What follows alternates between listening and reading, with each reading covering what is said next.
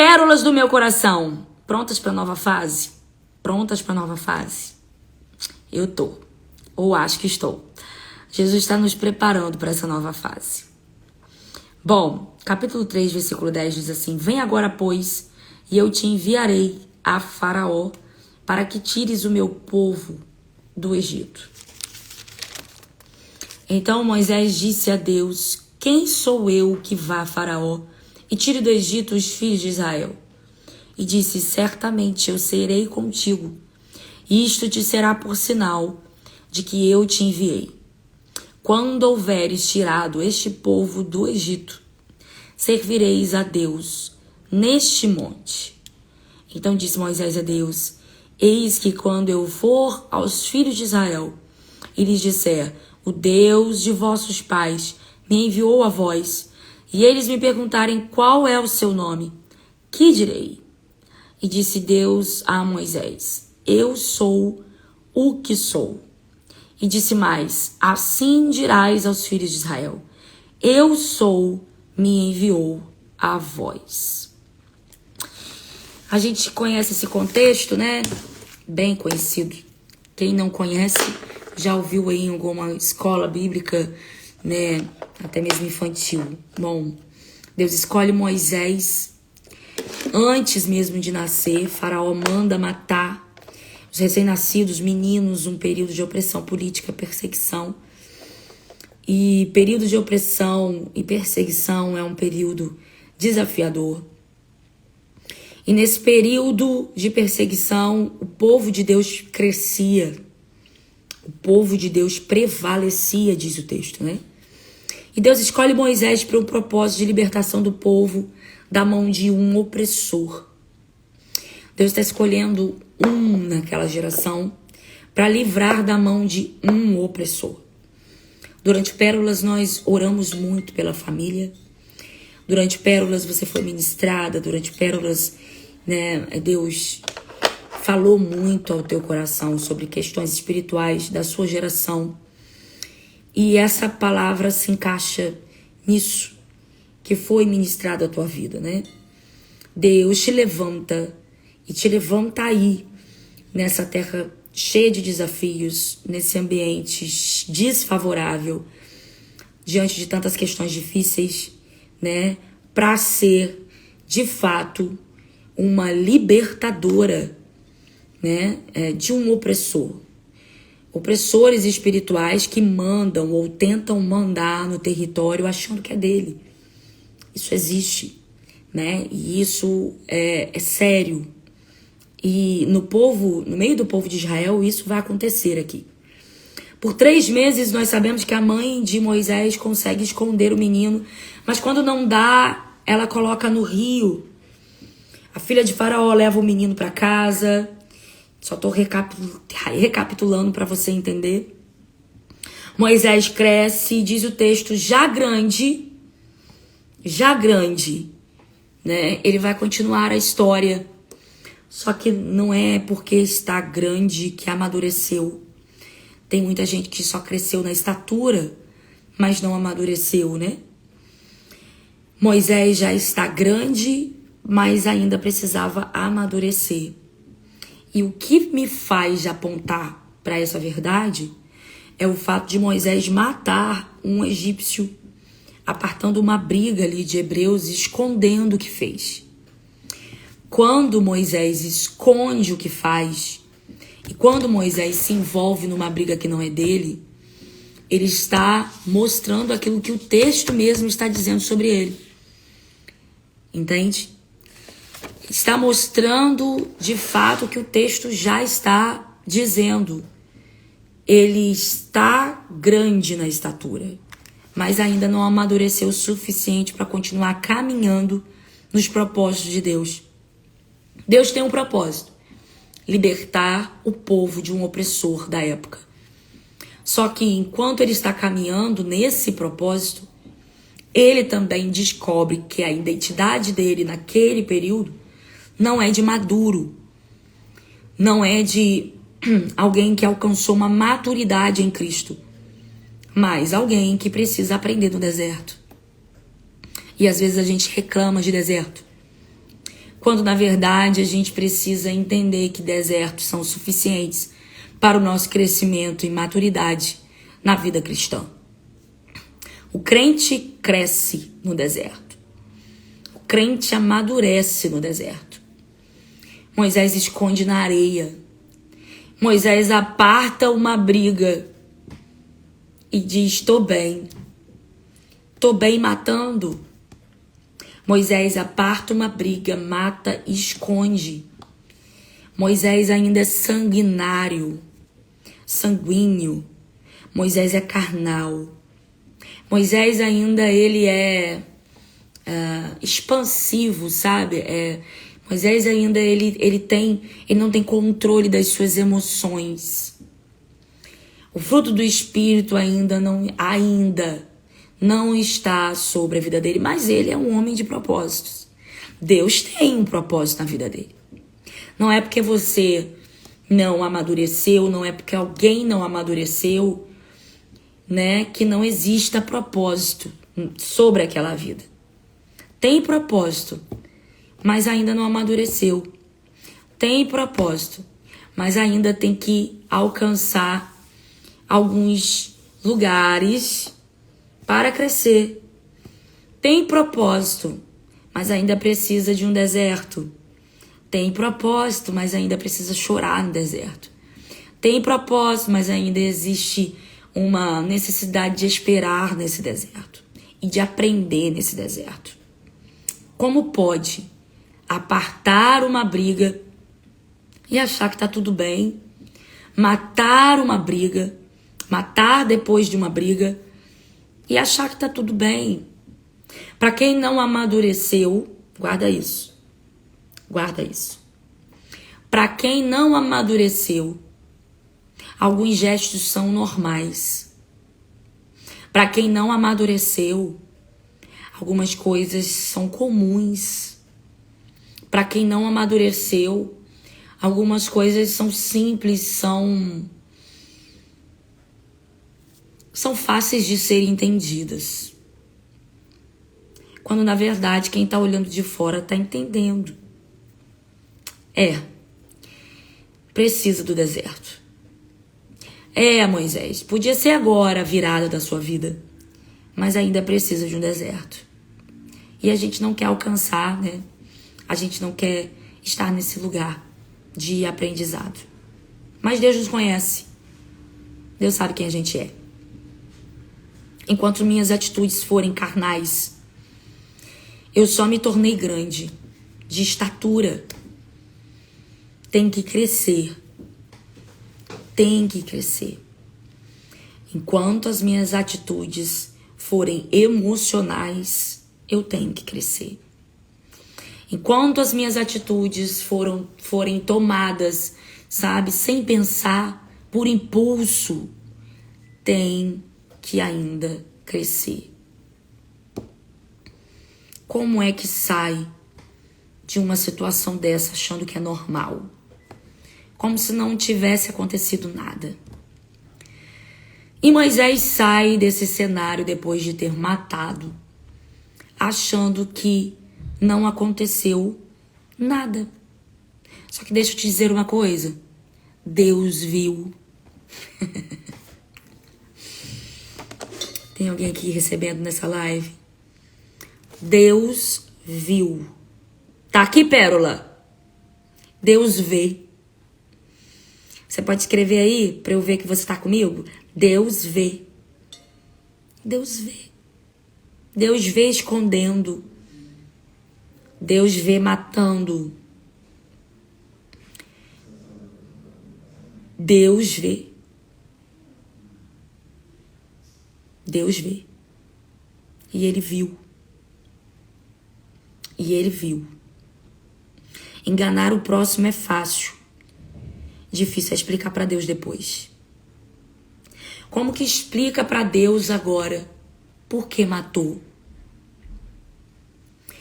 Como que explica para Deus agora por que escondeu? Como que explica para Deus agora por que fez? Como que consegue explicar? Enganar quem tá perto pode parecer fácil, mas enganar a Deus, ninguém engana.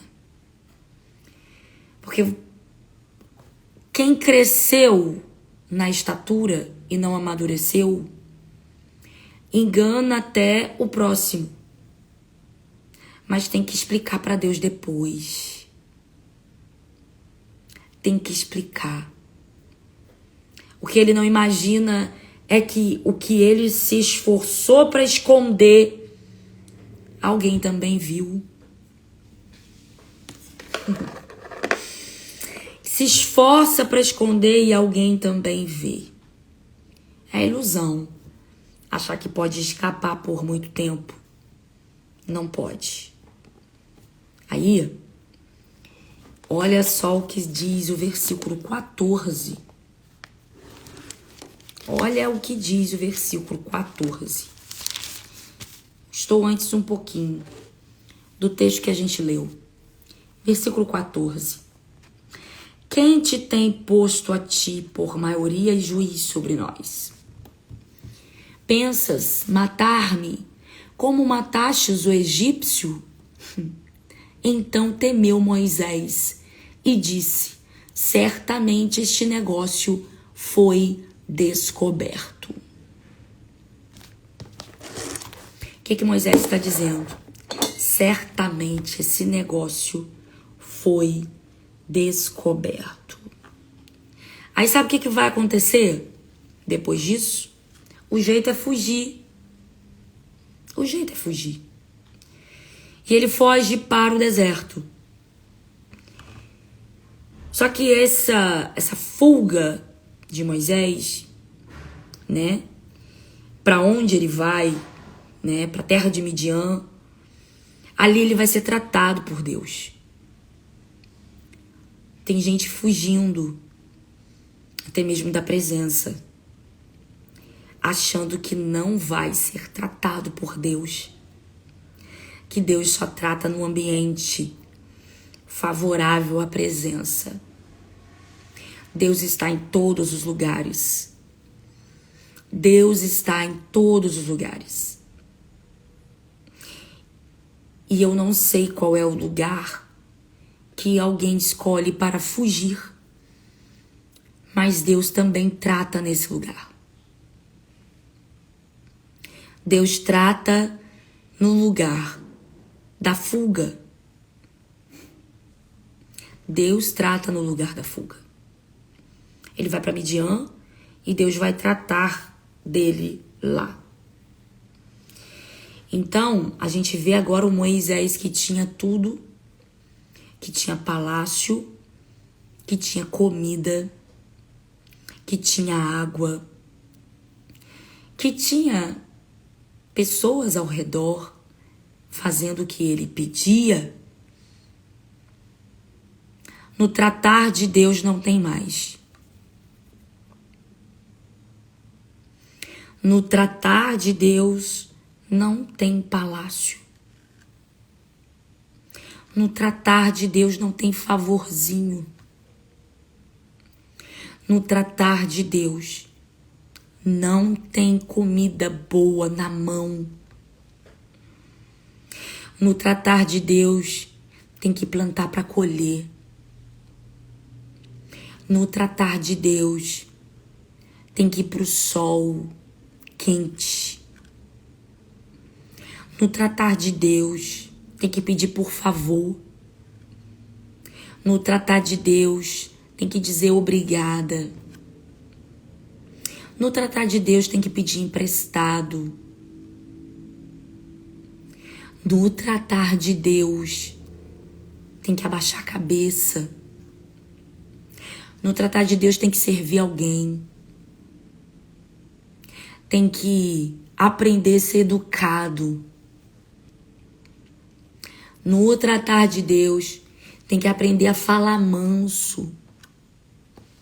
O sanguíneo que matou e escondeu, no tratar de Deus, precisa aprender a ser manso. E é tempo de tratamento para ele. E nesse tempo de tratamento ele vai trabalhar para quem? Para alguém.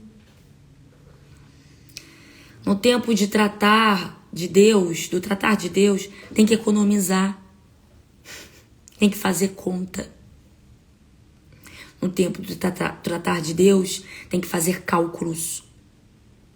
No palácio ele comia o que tinha.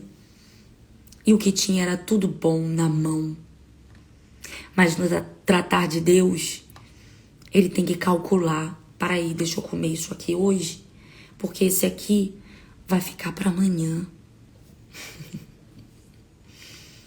No tratar de Deus, você lembra do palácio, do tempo que você tinha, e entende o porquê que você não tem. Pelo menos esse é o propósito do tratar de Deus. É fazer com que você aprenda a fazer melhor e sempre. Ou cresce, ou continua escondendo e fugindo a vida inteira. Só que eu preciso dizer para você que existe uma condição de escolha para Moisés. Ou cresce, ou ele pode também aceitar a ser o mesmo a vida inteira. Mas no tratar de Deus tem que haver mudança. No tratar de Deus, você precisa falar direito com as pessoas. No tratar de Deus, você sabe receber bem. No tratar de Deus, você precisa entender, tô aqui, mas eu não vou ficar aqui. Moisés vai para esse lugar de tratar de Deus. E aí no capítulo 3, chegou o tempo de Deus falar com Moisés. Quando que Deus fala com Moisés? Quando ele já foi tratado. E a gente tem muita mania de dizer que Deus está falando conosco, né? Sempre, no momento em que estamos sendo tratados por Ele. Mas eu quero te dizer que se é tempo de tratamento,